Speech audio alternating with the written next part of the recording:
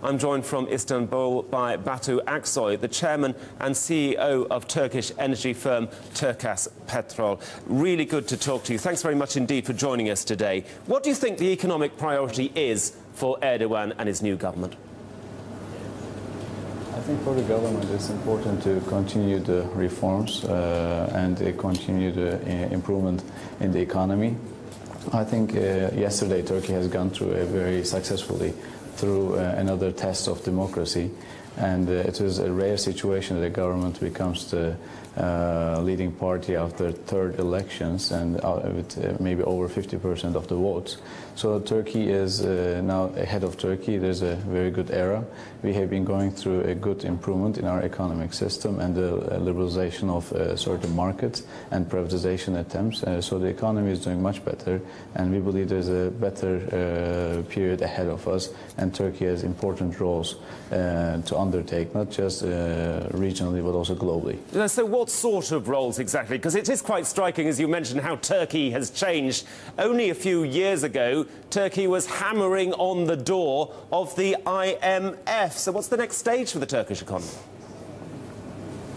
That's true, but Turkey has done a lot of important things in the economy in the last 8 years, especially in the last 4 or 5 years. As mentioned, when you look at what's happening around the region covering Turkey, and not just the Middle East but also North Africa, Turkey has become a reference country, not just economically but also politically. So that's what I was referring to when I said Turkey has a lot of roles ahead of us. Ahead of it. So I think Turkey needs to continue doing its reforms in the economy, but also working on the new constitution as mentioned. But it's important to get the consensus of all the parties involved. Now this is the result of the elections, as Mr. Erdogan mentioned in his speech after the elections. A consensus will be reached within the parliament in order to improve our constitution, to improve some of the very important issues in Turkey, such as human rights and further freedom. OK, well, let's just go back just to the economy for a moment. You've got Erdogan promising major new infrastructure problems.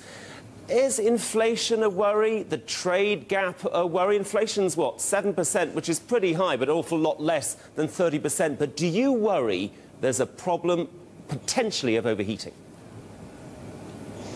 We don't necessarily worry at this point in time because although there's a budget deficit that may seem worrying, but there's also a lot of capital inflows coming into Turkey, and I believe that the amount of the capital inflows into Turkey will only increase in the coming years. That's why we don't see a major problem in the financing of the budget deficit. And when you look at the inflation, as mentioned, it is maybe around 7%, maybe a little less, but it is definitely single digits after 3 decades since the last 3-4 years. So that's why it has been going downwards in the last 8 years. So there's no reason, no major reason why it shouldn't go further down.